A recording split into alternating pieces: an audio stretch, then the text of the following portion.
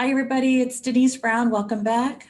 We are into our fourth presentation on the second day of the Caring Conference, Our Resilient Spirit.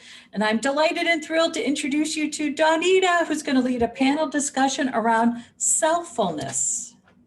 Yes. So So thank you take it all for away. being here. I want to start off with a poem that I wrote when I was designing. I was doing a poster, actually. It's like a quilt, an African quilt of Black women. And the Black woman is my hero. And so I titled the piece, Black Woman She Rose. Indeed, a Black woman is a fighter, a nurturer, a protector, a giver, a teacher. She's withstood slavery, rape, and miseducation. You'd think she'd overcome, that she'd fought and won.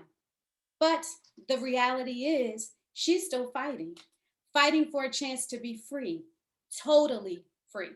You see, the reality is, she wants to not have to worry about the color of her skin, but what lies within her heart, her spirit, her being accepted for who she is and not what she is, whether she's a billionaire or on welfare. But since that's not the world we live in, she continues to be strong in the struggle and dignified in the degradation. Despite of all of that, she is a daughter, a mother, a sister, a friend, a queen. She's beautiful inside and out. She's a Black woman indeed. Good afternoon and welcome to the Binti Circle discussion. We're so excited to be here. I'm Dawnita Brown. I'm a soul caregiver for my mother who suffered a brainstem stroke in 2018 and she requires total care. I am also the founder of the Binti Circle, which is a support group for Black daughters caring for their mothers. And Binti means daughter in Swahili. And I chose the symbol circle to symbolize unity, commitment, love, and community. This is our panel. The women from our panel that will join us today, this is myself with my mother, Queen Joan, Malvinia with her queen, Barbette, and Cheryl with her late queen, Ella, and Sylvia with her late queen, Merlene. So I am so grateful to be here. And I first want to introduce how I met these wonderful women. Melvina, also affectionately known as Mel, has been my acquaintance for 30 years, but my friend for 4 years, as caregiving is what brought us together as friends. Her mom suffered a stroke in 2016. And during that time, Mel was very supportive of the work that I was doing in Eswatini as a Peace Corps volunteer. And for that, I'm grateful. And she has just come alongside of me and is a founding member of the Binti Circle. Next, we have Cheryl. And I met Cheryl about a month ago when a friend of hers, former colleague of mine, saw my Facebook Live. That was a requirement. As you all know, that was a requirement of the Certified Caregiving Consultant Training, also known as CCC. And thank you, Denise. Thank you, Denise, for the push because it allowed me to get out there to meet more women and to connect with them. And then there's Sylvia, who's a friend of my father's. And I actually met Sylvia about a week ago, to be quite honest. And she was sharing her story about caregiving and some of the struggles that she actually incurred when planning the celebration of life celebration for her mom. And so there were actually a few other women that were going to participate in the panel, but life shows up. And we know that as caregivers, life shows up. And the Binti Circle is powered by love. So I'd like you guys to consider the stats. As Denise mentioned, we will be talking about selfulness. And I'll describe what selfulness is later on. But 1 in 10 Americans act as unpaid caregiver for an older friend or relative. And then 15% of caregivers report experiencing stress, depression, emotional problems at least 14 days out of a month. And the majority said that they experienced these things at least twice, 2 days out of the month. 70% of caregivers exhibit signs of clinical depression. 54% of caregivers feel guilty about taking a break from their caregiving duties to make time for themselves. 75% of all caregivers are women, and a small percentage of programs are geared to meet the needs of minority women. And that's why we are here to talk about the resilience and what we need as Black women in the community. So I want to stop sharing my screen. How do I do that, Denise? Is that okay? Oh, here we go. Okay. So I am in training for the CCC program. How many of you all know what CCC stands for? We have one, Denise. You can type in the chat, Jen. Okay. So for those of you who do not know what CCC stands for, are you wondering, like, what is CCC? What is she talking about? And sometimes we feel like that as Black women in a space. And as Andrew and Jen shared, sometimes you just want to be supported and understood. And that's where we are today, wanting to be supported and understood. And what has brought us together is our commonality. So I am so grateful to have Cheryl, Sylvia, and Mel with me. I'd like to start off our panel discussion by asking you ladies to share your caregiving journey with us. And I'll start off with Sylvia, since you're on camera. Oh, okay. Well, good afternoon, everybody. It's good morning where I am. And my caregiving journey started many years ago. My mom had a couple of strokes, but she recovered. And I, at the time, didn't think of myself as a caregiver.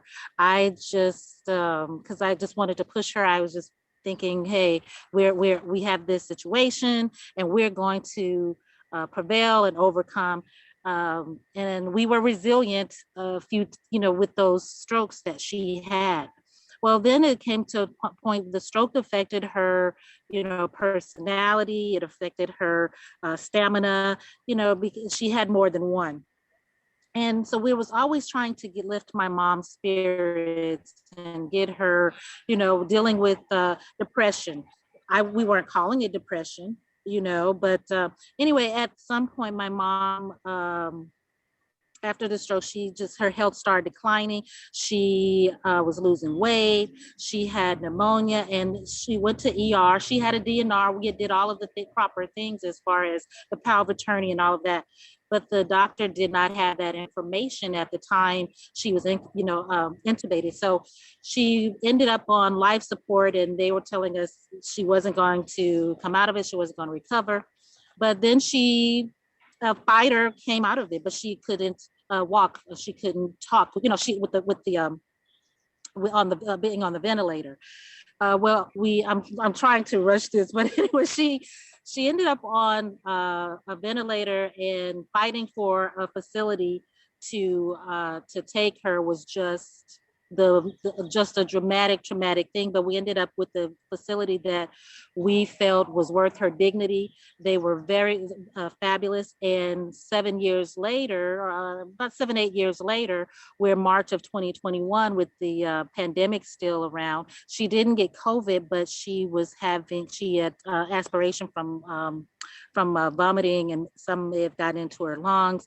The doctor was convincing us, even the facility didn't want my mom to go to another hospital, but she ended up going to ER. She didn't make it 24 hours. So that was on March 2nd of this year. And so it's been a really,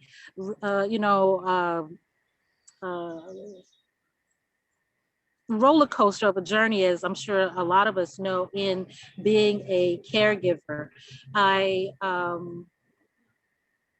I think with all that's going on, we did have I'm saying I have support. My mom has support because it was me, my sister, and my brother out here taking care of my mom. Before she got to where she couldn't take care of herself, we rotated her between our homes. So it ended up being a good journey, but that's the short of my caregiving journey with my mom. Thank you. Next, Sylvia. I'm sorry, Cheryl. My caregiver journey started back in 2014 when I discovered that my mom had Alzheimer's dementia. There was changes in the behaviors in the home. I was noticing the different things. She was putting money away and didn't know where it was and things like that. And later on, she became very confused and not knowing some days where her information was. She was no longer to be able to teach anymore because she was a school aid teacher in Baltimore City Public Schools for 28 years. And with my journey, I didn't know what to do as a caregiver because I was like, okay, I do this as a certified nurse's assistant in the hospital, but coming home to take care of my mom, that now I have to educate myself. I have to find out, what do I do? And that journey began in 2014, like I said, and I had to educate myself on what was Alzheimer's, what was the changes, what was the memory losses and the things like that. I had to go to the various doctors and the various classes and learn those things. And so that's how my journey began as a caregiver to my mom in 2014. Thank you. And Mel. You're welcome. Good afternoon, everyone. Sorry, I'm trying to get my camera on my computer to work. So I'm doing two things at one time. But my journey as a caregiver began in September the 15th, 2016, to be exact. I was on vacation and received a call that they had to send the fire department in to rescue my mother, who had a stroke and was not doing very well. So from that point, my mom had a total of 6 strokes, and I was the chosen child to take on this role. I am one of 4, and for whatever reason, I am that child that takes the responsibility for my mother. So that's where my journey began. Okay, thank you so much, Mel. Thank you, ladies, for sharing your story. And now I'm going to pose questions to you guys. Mel, you're upside down. But that's what life is, right? Sometimes, especially with caregiving, we are all over the place. We never know how we're going to be from day to day. Caregiving is such an unpredictable experience, right? So one day my mom slept. I mean, all day yesterday, she was so good. And I didn't have to do I was like, what? I wanted to make sure she was okay. Like, Ma, you okay? I was checking to make sure. But this morning, she has been on 10. And I was like, Mom, getting prepared for the panel discussion, please, just, she said, okay, I think I can live for another 60 minutes. And I'm like, really? So, it's one of those things with caregiving, it shows up, right? And we have to be prepared.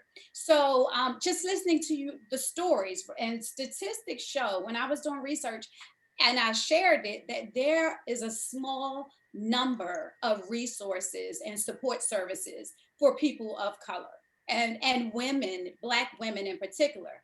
How did you, Sylvia, I know you mentioned about putting your mom in a facility and all of that. How was that for you, finding resources and services that you felt were culturally competent, that spoke to your needs as a Black woman? Well, for me, it felt like I was reinventing the wheel. I didn't, I just a lot of times felt as if I was alone at sea. And so I took it as a project. And my first, and trying to create a team for my mom was my family. And well, I guess the first was the medical staff, the doctors, the nurses, and knowing what we're having to deal with, and then trying to involve my family. When my mom first had her stroke, before she, it was just I'm thinking of it as a ladder, and at the top of the ladder, the most debilitating, and at the bottom where she just first started having issue and struggling. Well, I initially took it on myself. I looked for resources. I called. It wasn't as, what this group is doing and Miss Denise is doing is very, I mean, it wasn't like that when I first started with my mom. And I say around 2000, even a little bit before that, the resources and caregiving wasn't celebrated, wasn't readily available. I struggled with finding that. So I created it, but just internally and, intimately for my family. I created the resources. I would see things and try and mimic it. There may be an organization, not a caregiving organization, but let's say it's for the Susie Komen Breast Center Foundation, what the resource. So I would just look for this stuff and mimic it to where it could work for me and my family. So I would say the resources, and as far as African-American resources, again, it's just something I looked up on my family too. My grandmother was a caretaker. They wasn't calling it that. Right. It's just what you do, right? Like in the community, it's just what you do. We take care of Big Mama. That's not, anything that we're not trained for, we're not prepared for. It's just kind of like what we do. So, yeah. Yes. So I created the resource, I looked for the resources and then created a support team. And now I think, as in the last session they mentioned, whatever you're looking for, whatever group or fetish, you can pretty much find it. But I still find it challenging finding things catered to specifically for the African-American community. Things have gotten better, no doubt, but it's still not readily or fingertip available. In my opinion. Well, thank you. Yes. And, and as Andrew mentioned, if you don't have it, you create it, right? So hence the creation of the Binti Circle. When I was doing research, and I discovered a couple of caregiving support groups. And in particular, I found a caregiving support group called Daughterhood. And to be quite honest, when I looked on the website, there was not one person that looked like me.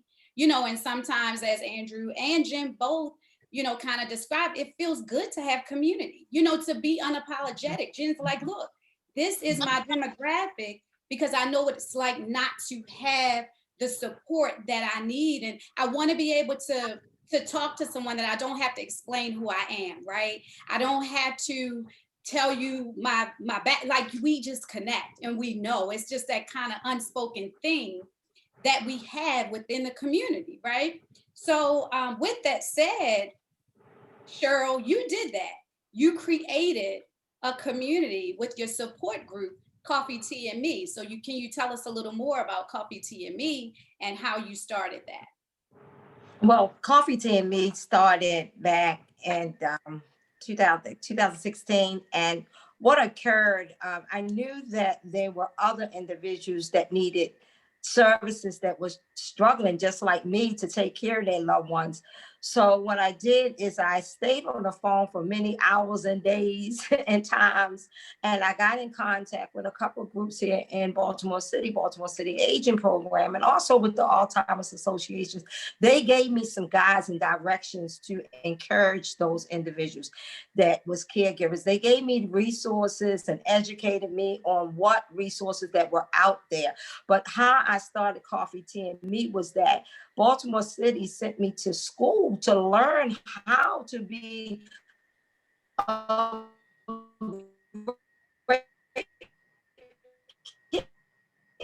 caregiver. I mean, things that we say we know.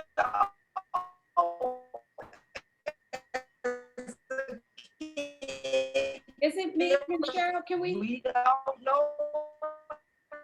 Cheryl, you're breaking up. And sometimes what we have to do is we have to create a circle. We have to create information. We have to create education so that we can do the work for our loved ones. So Coffee, Tea, and Me started in a group, a class of, can you hear me? Can you hear me now? Yes, Oh, now okay. together. So Yep. Coffee from Baltimore City Asian Program, they rated and came together and said, and they didn't know which way to go. So we wrote some things down and we came up with some ideas and some visions. And there it was. And the gentleman said to me, his name was Free Willie. And I never forget Free Willie. Free Willie could educate you on every resource that was out there. So that's where I got a lot of my education from. And so he said, what about we just have some chat and tea? Well, coffee, tea. He said, no, but I want you to operate that. And I was like, me, I'm just here to find out how I can help and get resources for my mother. I didn't know that I was going to start a support group. And so that's how Coffee, Tea, and Me started, with a support group of individual caregivers that were looking for the same thing that I was looking for the resources and the directions that they could lead their loved ones. So that's how that started. And now we've been it's going on 7 years now of those individuals from all over. We're not based on this, that, and the other. We just try to take everyone who is doing something or needs something and come up with some resources for them. Thank you so much. Did y'all hear me clear? I can hear you now. You were breaking up a bit, but you're better. I can hear you now, but you were breaking up a bit. And so, Mal, you and I are kind of in the same boat where we became sudden caregivers. Like one day our mothers were perfectly fine, right? And then the next day, this is a new person. And I know for me, I was in Eswatini. I was 8,000 miles away when this happened with my mom. And my best friend Tarette is actually on the panel. She's here with us. She's joined us. They were in Baltimore. So when we talk about community and it takes a village, I'm an only child. So my sisters, right, they were speaking on my behalf and saying, no, we need to call her. We need to make sure that she's aware of what's going on. We need to, so when I talked to the neurosurgeon and he was like, we need to do a brain craniotomy, like immediately, or she will die. She was on life support. So I was 8,000 miles away. And I'm just like, okay, at that point, I thought when I came home, I was coming home to say my goodbyes to my mother based on what I heard in terms of her condition. Well, when I got home, I mean, she was intubated for 12 days. For months, she was nonverbal. She still is immobile, but her cognitive is so much better. However, for so long, she was, and still is not totally the mother that I knew, that I left. I was able to come home in 2018 because she had to have emergency surgery, but the mother that I left in 2016, in 2018, when I saw her again, she was not that mother, and she would no longer be that mother. So it's been a thing of watching the recovery where, with Alzheimer's and debilitating diseases, you kind of have time to kind of process and deal. But when you become a sudden caregiver, not only in grieving your loved one, but then trying to navigate the journey of the unknown, it's a whole lot. And so from a physical and emotional perspective, we just don't do well initially. So Mel, for you, how did caregiving, becoming a sudden caregiver, affect your physical and emotional health? Oh, wow. One of the things that I have constantly tried to remind myself, because I have been assigned to do this instead of feeling like it's a burden, I've had to recognize the beautiful childhood that I've had and all the things that my mother has provided for me.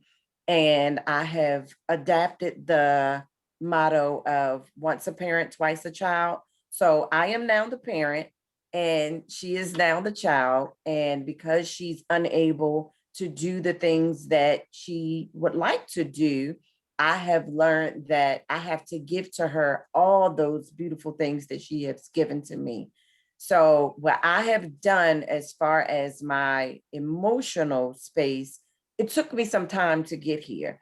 I would feel guilty. I would feel like I was doing something wrong if I took care of myself, but I actually take breaks. And for me, one of the great things that I have a partner who actually was my friend only first, who is a caregiver for his mother. And we actually have learned to just check out. Like, it's okay to check out. And when I say check out, that means that no matter what is going on, I need a break, and I take break through travel. I don't care where it is. If you invite me to your house today, I'm going to come. I might not come today, but I'm going to make arrangements to come. That's how I have learned to care for my own emotional state. And it's been important to at least be able to push that reset button. That's what's been very, very important, is to push the reset button, because as Dawnita said, you get frustrated sometimes. You get upset with yourself. You don't really know how to do things. And because you don't know how to do things, one thing I have learned to become an expert on is taking care of myself. Thank you, Mel. So that is a great segue into selfulness. In doing my research, I discovered this term called selfulness. And it's kind of that sweet spot between selfishness and selflessness, right? When we're selfish, we care about ourselves only with disregard to others. When we're selfless, and we always would think that being selfless is a badge of honor, but no, what we're doing is neglecting ourselves. So selffulness is like the meeting of, the selfish, is that sweet spot, the selfish and the selfless. So with selfish, you have me. With selfless, you have you. With selffulness, you have me and you. And what I discovered is that when you become selfful, you become a better caregiver. I know with me and Denise, I share with you the first quarter of this year. Oh my God, it was so arduous. I took on too much. I must admit, I am an overachiever. And the CCC certification with Denise, that I know sometimes she was like, she probably thought, well, is she still with me? Because when I started, I was like on it, right? I was like, yes, and this is great. And I'm sending messages to Denise, and I'm just like, yes, oh my gosh, this is so, wow. I never thought about the caregiving stages and the journey and this and that. And, January, I was on fire, right? And I also was taking a small business development class simultaneously. I'm talking about on fire. And you couldn't tell me nothing. I was learning how to play my bass guitar. Like, I'm doing all these things, right? But wait, I told you that I'm the sole caregiver for my mother. So being the sole caregiver for my mother, I was already stressed out. Not even just stressed out, but it's a lot. She requires total care. So in January, me, in my right mind, decide to do all of these things, right? February comes. It's time for me to present for the certified caregiver educator training. I was like, oh, I'm not prepared. Oh my gosh, I'm not prepared. Denise gives me another month. Another month, I show up with a whole nother presentation, nothing about the 6 stages, which is what I was supposed to present on. And I'm just like, you know what? I have burnt out. I literally have burnt out. It took all of that to happen for me to say, wait, slow down, be okay with saying no, be okay with not trying to do everything. It's okay. Pace yourself, right? Become self-full. And so I've learned, and I discovered that during that whole crazy time. Like, I discovered all of these things during the research. And so what I learned is that selflessness, I thought about the things that I do to take care of me, right? The exercise, the prayer, all of these things, the travel, even though I've not been able to travel, due to COVID and bringing people in, that kind of thing. But all those things. And I thought about my mother. What do you like to do, right? And then I came up with things that we like to do together. Like, we like to watch TV. We love game shows. And what really inspires me is that now I can have conversation with her where I couldn't do that months ago, maybe last year, because cognitively she wasn't there. So when we talk about selfulness, and Mel, I know how you were saying you care for yourself, But ladies, what do you do, or what did you do, Sylvia and Cheryl, with your moms to create that selfulness, to achieve that selfulness? And I know that, well, I know it. I want you to share in depth, but just a little bit. Cheryl touched on her mom loved to dance. So whenever they were together, Queen Ella was dancing and dancing and dancing. And with Sylvia, she loved aromatherapy. And so I'll let you ladies talk a little bit more about what you did to create that space of selfulness for you and your mothers. And I'll pass it to Cheryl. Selflessness. Whoa. That's a good point for caregivers, because what I decided that I knew I had to be in, this was it. This is my assignment. I got to do it. I got to take care of my mother. But I had to come up with a plan so that I could balance my life, balance her life, balance my career, balance my ministry, and balance the surrounding of people that was around me also. So what I used to do is I would come up with different activities. Me and my mom, we wore the same clothing. Our clothes and color schemes were always the same. Our hair was always dead. We always did things like I would get puzzles, and she liked the basketball when she was in her days. So I would do balls, I would do puzzles, we would do songs, and like you said, she loved to dance. But caregivers, I say to you that you must create some balance in yourself, in your daily day that you're going through with your loved ones. You must come with different activities, different productivities and things like that you can do, so that you will not get burnt out yourselves. You have to learn that balance within yourselves. So I'd say to you, activities was a great thing that I used for selflessness. I really did. And I love doing it. Sometimes I felt like I was a kid. I was Right, like, exactly. We're having so much fun. Yeah, right. But it gave me right. It gave me so much energy, and it gave me so much encouragement, even in those days that I wanted to break down and cry, because I watched my mother process with Alzheimer's. One day it's this way, and another day it was that. But I kept pushing. I kept pushing those activities to get her involved. Yeah, and along with my bass, I bought my mom a harmonica and a tambourine, so she could use her tambourine. I bought a little neck thing for harmonica. So I injured my finger. God just does all things well. He had me injure my finger because, of course, I'd have still been trying to play my bass. But I injured my finger, so I had to lay off of that for a while. But when we get back started, I'll let you guys know when we start our band. Sylvia, All right. what did you do to jam session?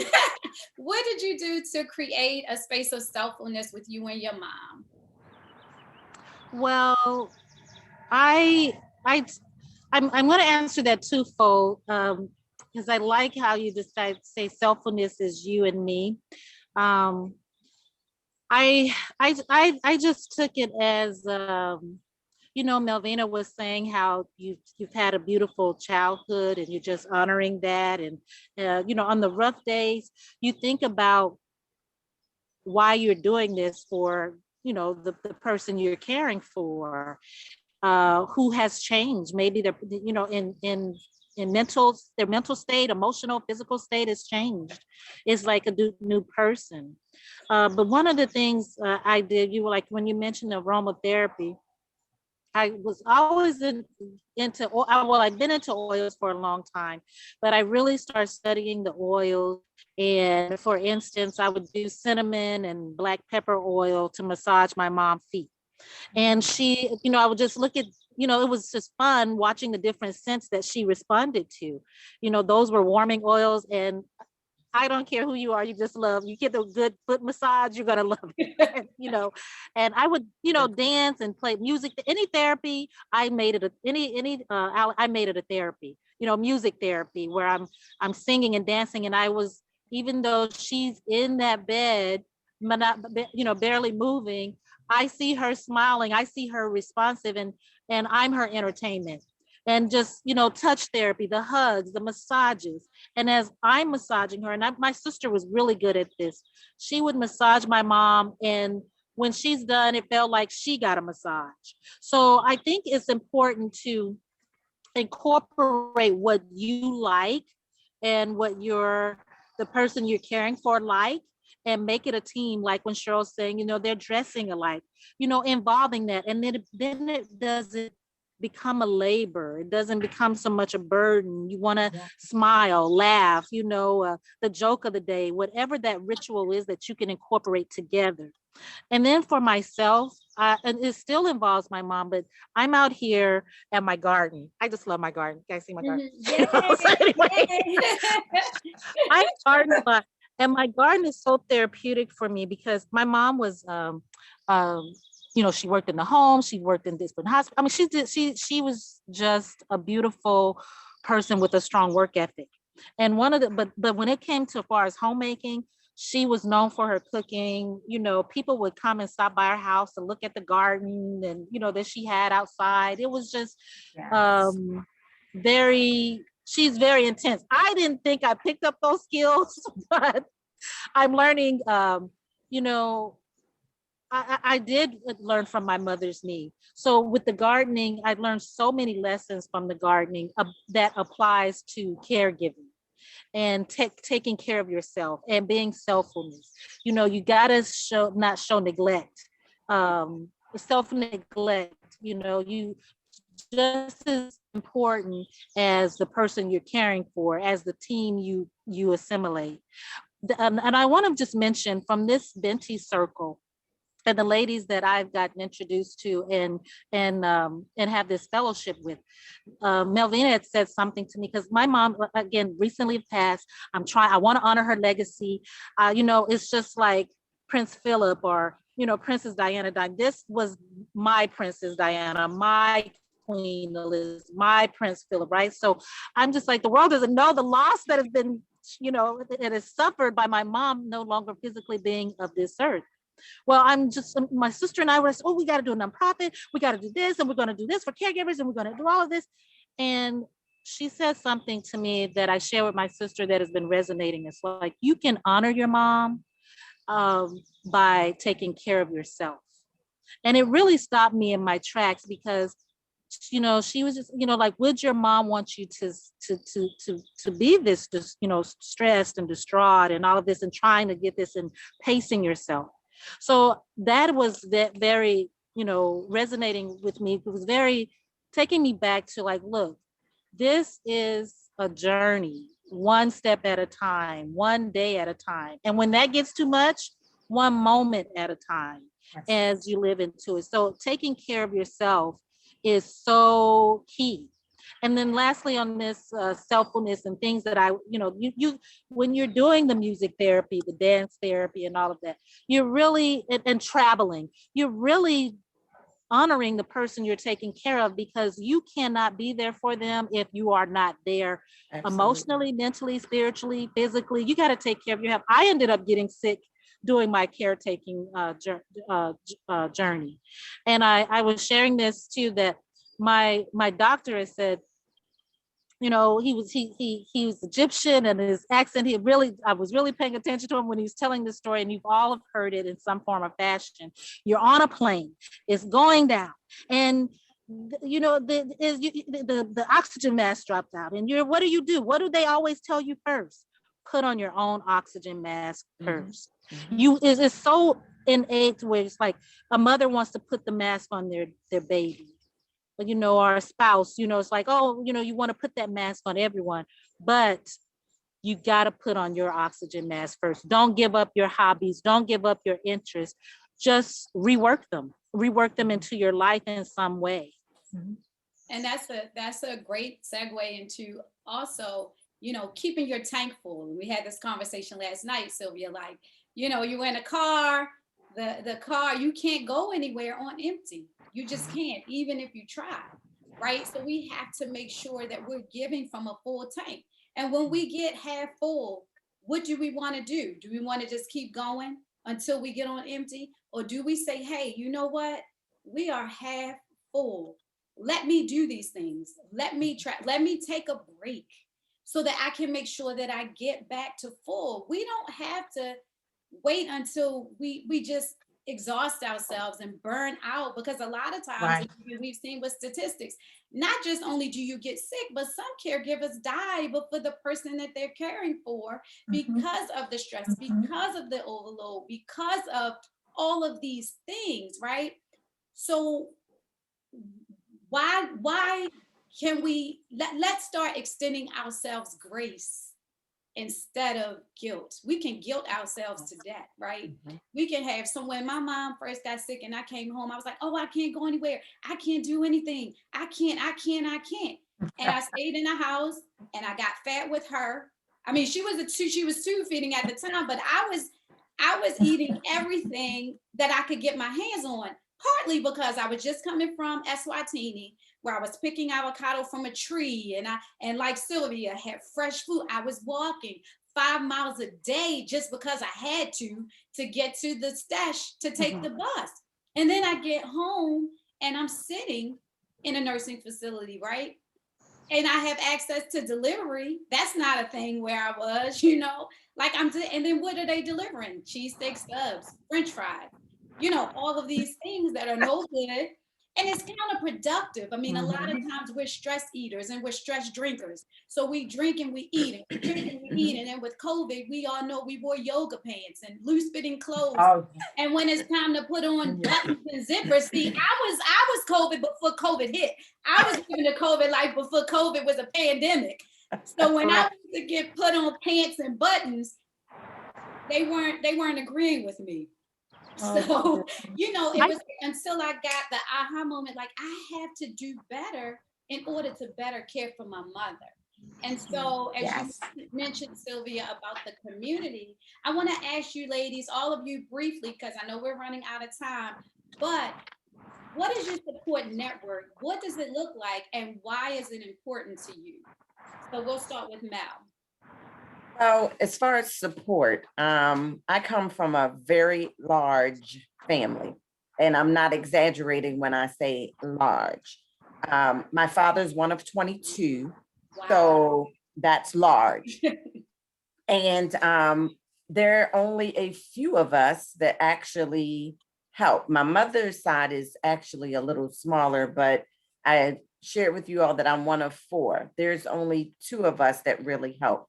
I have a sibling that lives out of state and a sibling that lives in state, but still does not do the necessary duties to assist with my mother. So the support is small. It's my aunt, my brother, and myself. And you try to get different caretakers and things like that, but resources don't always allow that to happen. So we do things in shifts. So, and that support, it runs dry from time to time as well, because if we all have something to do during the same time frame, somebody has to sacrifice. And usually I'm that person that does the sacrificing and just cancel or just don't attend something or whatever. And but support it's very minimal. And unfortunately, resources prevent a lot of those supports as well. So you either make just enough that you could pay for someone, but you can't do that as often as you like, or you are overqualified for what is available because you actually have a little bit to live off of. So supports this has been very, very hard as far as just building the village. But I have really good friends that will do an hour here, 2 hours there, because one of the things that we have committed to in my family is to not put my mother in a nursing home. So she's at home and she has her own space. And that has helped her with her emotional being, knowing that she has her own space and we're coming to her space to help her in her space. So that's what support looks like for me right now. Thank you. Sure. Well, let me just piggyback on what you said a little bit, Mel. Dignity, right? That's a big thing just across the board for our loved ones, and particularly in the Black community with Black women. Like, as I mentioned, even through my poem, we came over where we were enslaved and we became domestic workers and we became caregivers to folks' children that did not look like us. And, you know, where we were away from the home while caring for another family's child, right? And so we have that resilience that's almost kind of innate, because we have to learn how to continue. And so I think that maintaining the dignity, I did the same. My mom is here at home with me, but in terms of creating a space that's warm and welcoming and not feeling like in a hospital where she's constantly reminded of who she no longer is, right? So just certain little things. Wow. I've covered the commode so it looks like a throne. It doesn't look like a commode, Right. you know, and I just cover up some things. So even maintaining that sense of you know, I think it's for their dignity. We want to make sure that the things that we do, we consider their dignity and our sanity, to be quite honest. So what does support look like for you, Cheryl, and why is it important? Well, during my journey of taking care of my mom, it was a lot of frustration, disappointments, and things like that. I didn't get very much of support in the beginning. I didn't get very much resources in the beginning. And so I had to take on a lot of those tasks on my own. Far as with my family, I couldn't get upset with them because I knew that it wasn't their assignment. I knew it was my assignment to take care of my mom. But the thing was that I had friends and church members and people that came and showed love and gave me time out to take those breaks to take care of my mother during that time. But support for us resources, it was very little in the beginning. It was hard.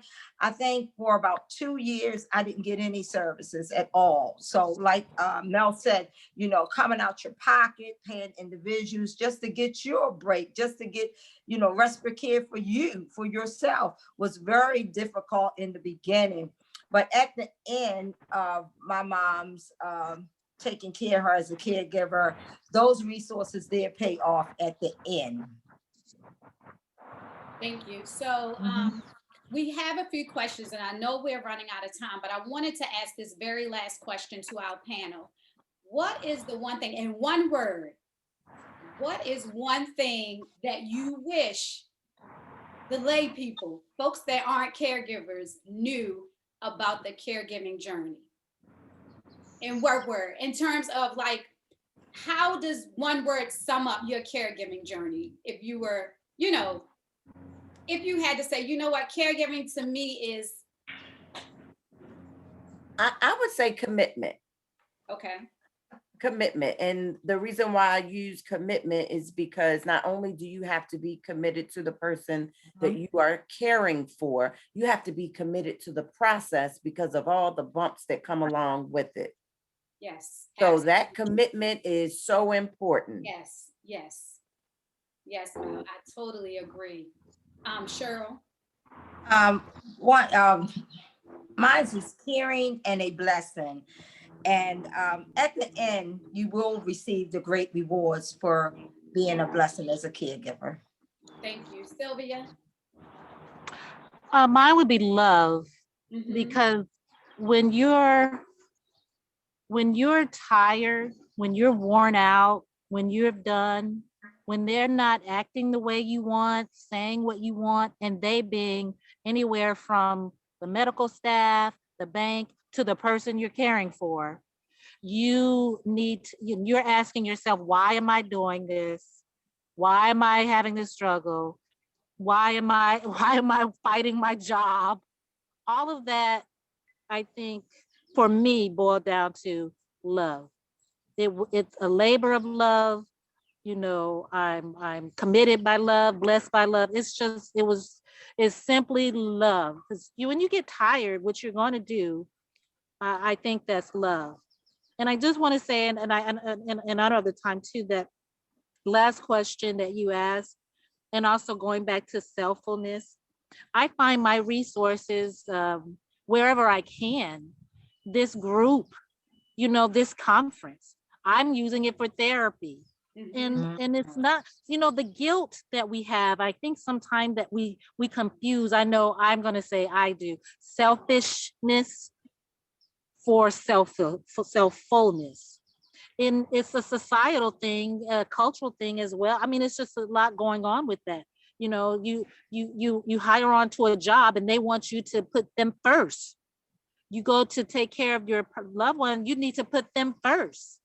Well, it's putting them first when you take care of yourself, when you're able to operate on a good night's sleep, and you've gone to the spa and you feel refreshed and rested. By taking care of myself, I am a daughter. I'm a better friend, a better sister, a better employee. So I think that's where wherever you can find it, on a walk, recognizing the beauty, smelling the flowers, you find your own, therapy, and use those tools. I will just say that this whole conference, this whole circle has Yes. been therapeutic for me. And not only am I picking up tools and resources, but I'm getting confirmation that I'm okay. It's okay to feel Not in this. it alone. You are not alone. Just a reminder that's like, it's okay that I feel guilty. It's okay that I'm tired and I don't feel like it. It's okay my energy is swamped. It's okay to pace myself. So that's Thank you so much. And that's that's it. a wonderful, wonderful way to end our panel discussion. I know we had one question about art therapy, and I think we, kind of touched on that a little bit. Did you do art therapy? Have you done art therapy for the self or person you're caring for? So anybody? I did do art therapy. And the public library before the pandemic start was a wonderful place because they had various activities and art. And my mom, she would go with me and we would do art and water straws and all kinds of things. And it was so therapeutic because she liked it, I believe, y'all, because she liked the snacks. Okay, So, but it was very therapeutic for her. And that's what led me to continue to do those therapeutic art activities with my mom at home. Yeah. And I pulled out my mom's canvas. I bought her some paint. And so she has one piece that we were playing around with. And I have to get back to that kind of stuff with her. But, again, with caregiving, there's so much other stuff that goes into it. You have to make sure that you plan time to do those things. Yes. That take time together. You can sit and watch TV. I do it all the time, and we enjoy it. And I neglect, the things that really, to really let her do something. But sometimes she gets tired of stuff. So, but I am so grateful. Thank you, Denise, for pushing me all the way around. Because if it were not for Denise, you guys, and if God didn't use her as a vehicle, none of this would be happening. The Binti Circle would not have come to fruition. Me, doing the posting a Facebook Live, like all of these things would not have happened. So I'm just grateful for your vision. I'm grateful for the work that you do. And I'm grateful for the support that you give to the caregiving community. So thank you all so much. This was And thank awesome. you, Dawnita. This was great. Yes, this was awesome. Yeah, thank you so much. And like Thank I you so much. said, I'm just so grateful and just appreciative for my support circle. And thank you. This was awesome. And I think we're going to take a break, and then we'll come back for Beth, who's going to join us at top of the hour. So we're going to take about an hour break, and then we'll start. And I wanted to mention, Cheryl, that I think that libraries are an amazing resource that are underutilized, and that libraries need a caregiving department. And I actually did connect with a library in Central Illinois. And we're having a meeting next week to talk about how could we start out small with a caregiving department. And if anybody's interested in pursuing this idea about how to actually add a caregiving department in their library, please reach out to me. Cheryl, we can work together. Oh, I love libraries. The library. I was hoping you could raise your hand, Cheryl. It's right. I can see the library from my backyard. Yes. Yes. It's like 2 steps away. The libraries needed, they're being underutilized, and especially with COVID, but even before that, I mean, the library should be open to that tremendously open. I think so Yeah. too. And here's the I part love about that.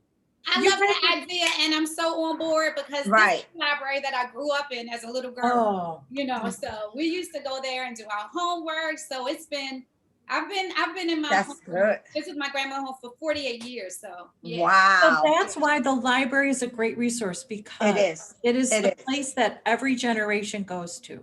Yes. So you guys were talking about how hard it was to find the resources and support you need. And our Mhm. communities have like an area agency on aging, but you have to know the name of it and you have to know that it exists.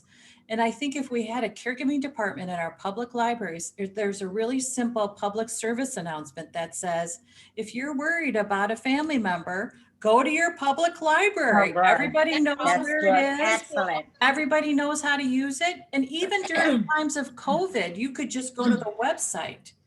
Excellent. Yes. Excellent. You know what? Oh, I'm and sorry. you know what? Maybe I could talk Look at these offline, but ideas. Morgan State University, the university is right down the street from me. It's a historically Black college and university, so it's HBCU. And they have a program called Morgan Cares where they partner with community members.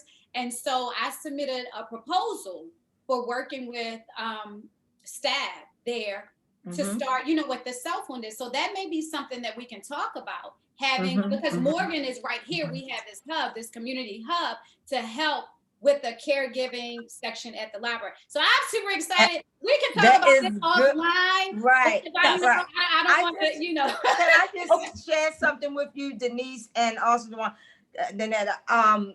Back in, I would say 2018, something like that, the caregiver support group, I didn't know what I was getting into, y'all. The caregiver support group, Coffee, Tea, and Me, I said, we have to do something different. They're always in the house. They got rollers in the hair. Shame on you. Get out. Let's do something. So I did a movie night at the library, and we had popcorn. We set it up just like they was at a movie theater, and we watched just a movie that was really fun for them to get out to relax themselves. Oh man, they wanted to do it almost every month. So the library did open that door for us. But the great thing that they also did is they had some educated pamphlets for them when they came in. So that is excellent. I'm willing. I raise my hand again. Okay, awesome. Okay. Okay. Thank you all so And- much. Thank you for joining. Yes, All of you yes. guys who joined us from Yes. our community, our personal network, we thank you so much and enjoy lunch. Okay, thanks, everybody. I have to go tend to my queen. She's Yes, been go. yelling. Thank you, Bye-bye. Dawnita. Thank you, Dawnita. Love you Yeah, thank- all. Yeah. Thank you, Denise. Thank you, Dawnita. Thank you. Library Okay. too. Can I volunteer for the library committee? Oh, yes, Yes. yes. The Oh, LGBTQ caregiving part of the Where library. are you? Oh, you're in San Francisco. Okay. I Yeah. volunteer. Okay, oh my gosh. You know, and the thing is, so where I'm looking at, well, where the first library is that I connected with is in Champaign, Illinois, which is where University of Illinois is, where I went to school. And so we talked about how do we bring the university in? So Dawnita, the fact that you are already connected with the university to bring that in, I just want to mention something else. And then I know I keep talking about taking this, but if we also looked at universities and their libraries as having a caregiving department, we are reaching the students at the universities who are impacted by a caregiving So situation. real quick and for real, this is it. So with the Facebook Live that I had to do for Denise, for the requirement for the CCC, one of my former schoolmates, she saw the video and she is sharing it with a professor at Morgan because he teaches a class on caregiving. And she was like, I'm gonna, you know, some of the students may want to interview you and those kinds of things. So yes, yeah. Okay, bye-bye for I real. love For real that. this time. Bye-bye. Bye. Thank you. guys. Thank you guys so much. You're Okay, so welcome. everybody have something to eat, take a little break, and then we're gonna connect in an hour. So I'll see you all in an hour. Thank you guys. I mean, what an amazing morning. Oh my gosh, wow. Okay, so see you guys in an hour. And Beth, I think you're on. I think we'll get you situated and then you can take your break and we'll be all set with you. Yep, I'm here. Okay, so I need to make you a co-host.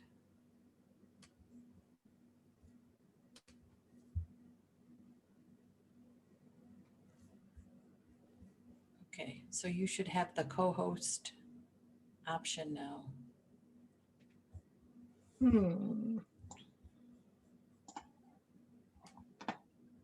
Yep. So all that means is now you can share your screen. Usually something pops up that shows me something, I thought. But Yeah, anyway, it says co-host for me. okay. So let me get mine up here. And then I will share my screen. Okay, there we go. Oh, okay. So you're good. You can leave it like it is. And then when you come back, we'll be all set. Okay, So I'll see you in an hour. I'll see you in 50 minutes. I'll see you in like 45 minutes. okay, yeah, I'll be Okay. on like 10 of or whatever. Okay, that sounds great. Okay, Okay, see you then. all right, see you then. Yeah, I'm gonna mute myself.